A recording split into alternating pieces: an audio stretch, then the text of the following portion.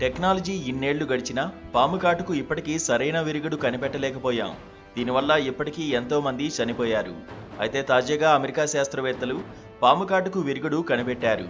వందల సార్లు విషాన్ని సొంతంగా శరీరంలోకి ఎక్కించుకున్న, పాములతో కాట్లు వేయించుకున్న వ్యక్తి నుంచి సేకరించిన రక్తంతో దీన్ని రూపొందించారు. ఆయన పేరు తిమోతీ ఫ్రీడ్. ఈయన అమెరికాలోని విస్కాన్సిన్లో నివసిస్తుంటారు. సరీసృపాలు, విషసర్పాల పట్ల ఆసక్తి కలిగిన ఫ్రీడ్ తన నివాసంలో పదుల సంఖ్యలో పాములను పెంచుతున్నారు.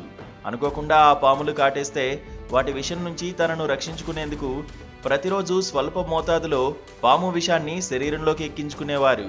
ఆ తర్వాత క్రమంగా డోసును పెంచారు. అనంతరం నేరుగా పాములతో కాట్లు వేయించుకున్నా అతడికి ఏమీ కాలేదు.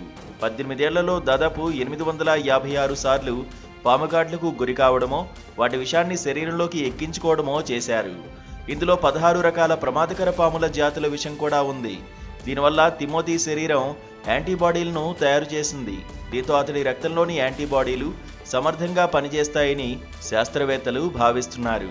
ప్రస్తుతం ఆయన రక్తంతోనే సెంటీవాక్స్ అనే టీకా తయారీ సంస్థ యాంటీవినమ్ను తయారు చేసింది.